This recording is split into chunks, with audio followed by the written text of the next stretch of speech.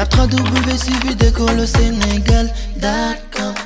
À École au Sénégal, c'est facile, tu n'as qu'à te connecter. Tape École au Sénégal, les leçons sont beaucoup plus détaillées.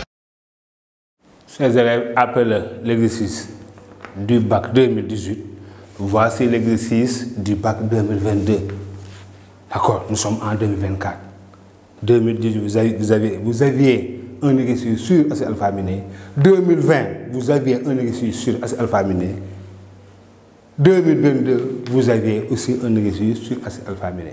Nous allons causer l'exercice du bac 2022. Où une molécule A de formule CXHYO2N a été donnée.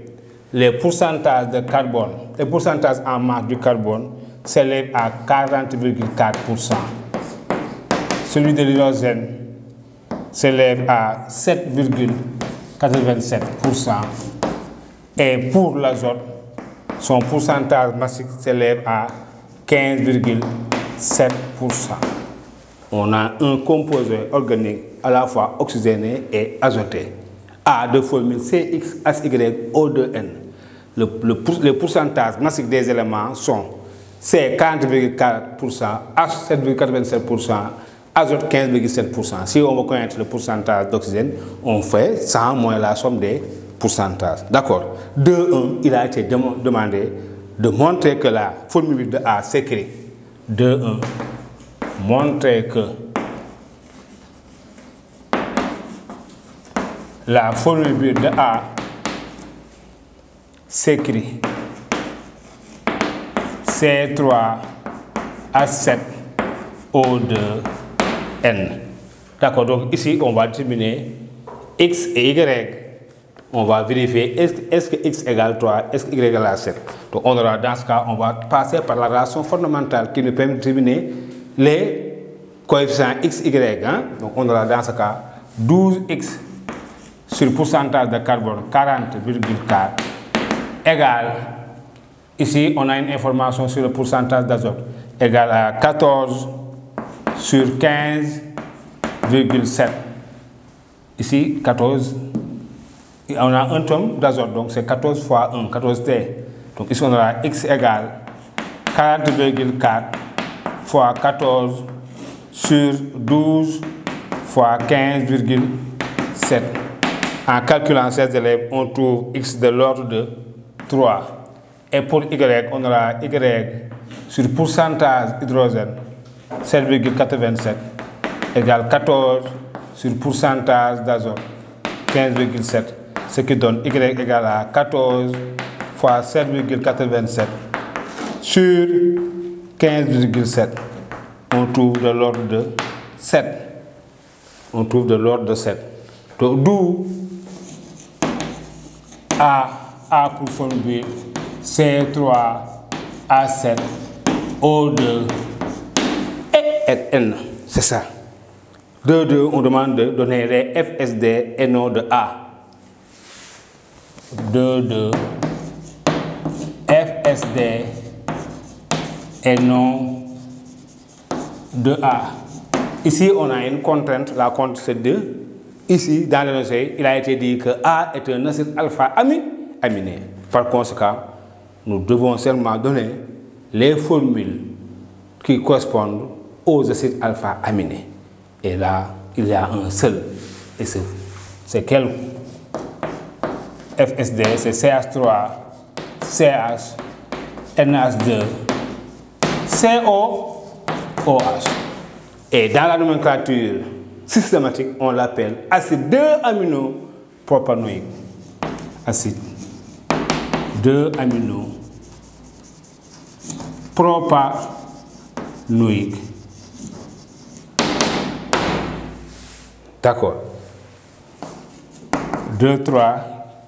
Il a été demandé de montrer que A est chiral. A est chiral. Pourquoi A est chiral? Car elle possède un carbone asymétrique. Et ce carbone asymétrique là, il est là. D'accord, on dira que A est chiral. Vous voyez bien, ce sont quasiment les mêmes questions qui reviennent. Si on arrive à comprendre un exercice alpha-aminé, le reste n'est que répétition généralement. A est chiral car elle possède un carbone asymétrique.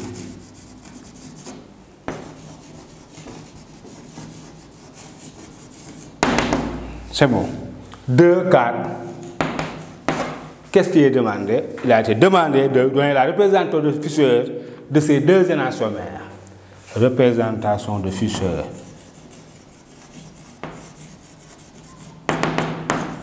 de ces deux énantiomères.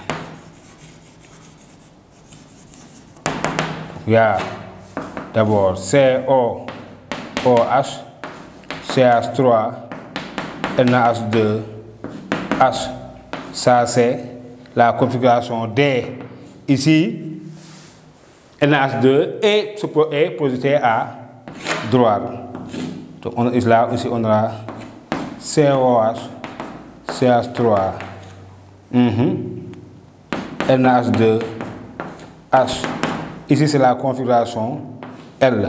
Donc, ici, on peut l'appeler D. Ici, l'acide 2-aminopropanoïque est communément appelé alanine. Donc, on peut appeler D-alanine la L-alanine. D-alanine.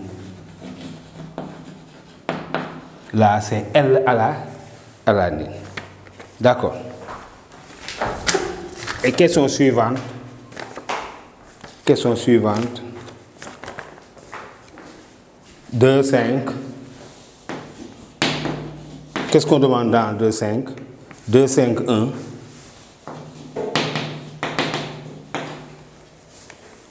On donne un alpha-aminé. On demande de nommer les 3 groupes fonctionnels dans la glutamine. Ici, on donne la glutamine. Après l'alanine, on donne la glutamine. Glutamine.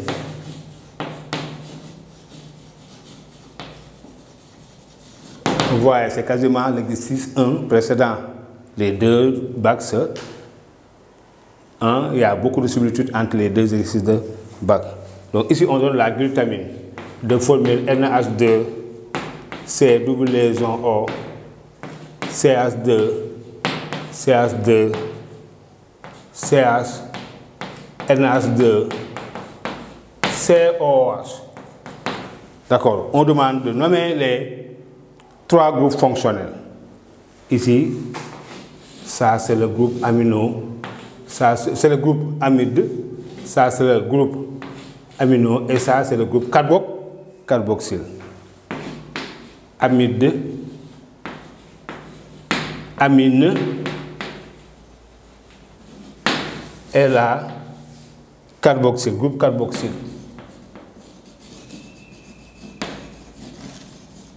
Groupe fonctionnel. D'accord. 2, 5, 2.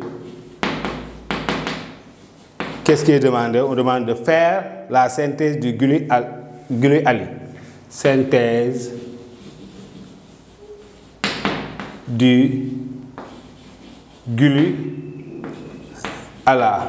C'est-à-dire ici, la glutamine est l'acide alpha-aminé N-terminal et l'alanine est l'acide alpha-aminé C-terminal.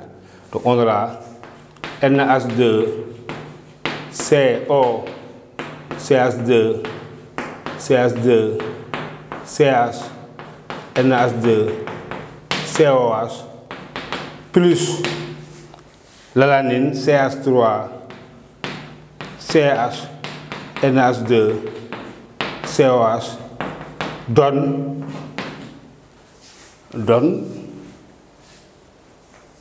NH2, C double liaison O, CH2, CH2, CH, NH2, CO,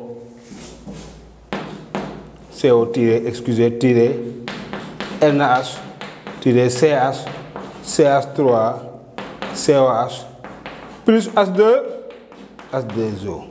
D'accord, donne ce dipeptide là. C'est bon. Maintenant, ici, 2, 5, 3, on obtient une masse de M égale 110 grammes de dipeptides. Avec un rendement de 75%. Donc, une dernière question qui nous amène à retourner en quart de seconde. D'accord? Une dernière question qui nous qui demande à retourner en classe de seconde. Maintenant, ici, on demande la masse de glutamine à utiliser. M glutamine à utiliser. Donc, c'est souvenir de seconde, on a rendement égal à masse obtenue fois 100 sur masse théorique. Donc ici, on va en déduire la masse théorique. Masse théorique égale masse obtenue fois 100 sur rendement. Donc ici, on va calculer ça, c'est la masse obtenue, avec un rendement de 75%. Par conséquent, nous allons calculer la masse théorique qui lui correspond. Donc M théorique égale à 110 fois 100 sur 75. On trouve 147 grammes. Donc, la masse théorique est égale à 147 grammes. Donc ici, et d'après le bilan molaire, on sait que N-glutamine égale à N-dipeptide. Le nombre de moles du glutamine utilisé correspond au nombre de moles du glutamine, du dipeptide formé. Et ici, on va traduire les masses. Donc, masse de glutamine sur masse molaire de glutamine égale à masse de dipeptide sur la masse molaire du dipeptide. D'accord? Donc, ici, masse de glutamine égale à masse du dipeptide théorique fois la masse du glutamine sur la masse molaire du dipeptide. C'est ça. Dans l'application numérique, on a M glutamine à utiliser égale à 147 fois la masse molaire du glutamine, c'est 146 sur 217. En calculant, on trouve la masse de glutamine à utiliser égale à 99 grammes. Pour avoir une masse de 110 grammes de dipeptide avec un rendement de 75 grammes, 75%, il faut utiliser une masse de 99 grammes de glutamine. Donc, chers élèves, voici l'exercice du bac de 2022 qui a été proposé à vos aînés. Maintenant, nous allons venir à l'histoire, toujours un exercice de bac en 2020. D'accord? 2018, vous en avez un. 2020, vous en avez un. 2022, vous en avez un. Donc, vous voyez, c'est un chapitre qui est potentiellement proposable au bac, qui vient souvent, une fois tous les 3 ans. D'accord? Maintenant, nous allons passer au dernier exercice de bac que j'ai l'intention de vous proposer, hein? Exercice 3. W suivi d'école au Sénégal.